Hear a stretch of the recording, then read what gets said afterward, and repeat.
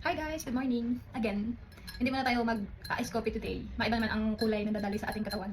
Dapat kulay green naman. Yan, magmamatcha tayo today. Ang gagawin natin ay cloud matcha latte. Coconut cloud matcha latte? Basta, masarap yun. Yan, meron tayong matcha dito. Tapos ito, ang ating matcha set, whatever.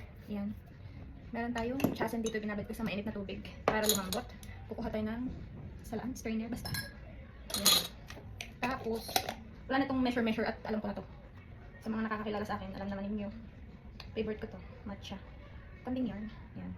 Para medyo matapang. 3. Yan. Masarap to, yung Meno matcha. Meron din akong Uji matcha dito. Masarap din naman. Pero paubos na yun. Yan. Gaganyanin mo lang para medyo pino, mawala yung mga clumps. Pagkatapos, ilagay mo na yun dyan. Mamaya na natin iinisin. Ang dami kong kalat to. Tapos, para madali mo siyang ma-whisk, lalagyan mo ng warm water. Yan. Tapos kukunin mo yung chasen mo. Tapos mag-whisk-whisk ka lang.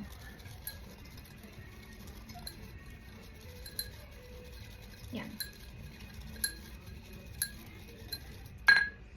Tapos lagyan pa natin ng konting outside. Tapos i-whisk pa natin hanggang sa maano siya. Ayun guys, tapos na natin siyang i-whisk. So dapat ganyan ang color niya. Yan. Meron tayong full cream milk. Tapos lagyan na natin yung ating matcha. Yan.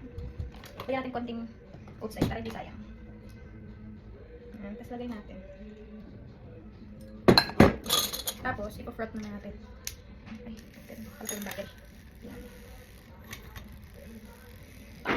Parang mahina na yung battery nito. Pero yun nga, ipo-froth natin. Wait lang. Hi guys, we're back. Ayan, na-froth na natin ang ating matcha. Meron tayong ice dito. Ilalagay naman natin ang ating coconut water. Coconut water!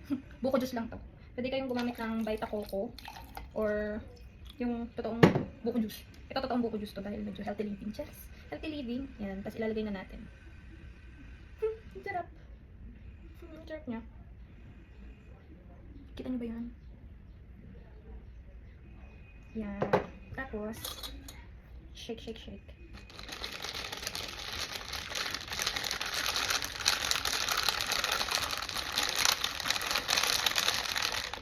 Taste test. Sarap. Super sarap talaga. Sa mga matcha lover dyan, try nyo na.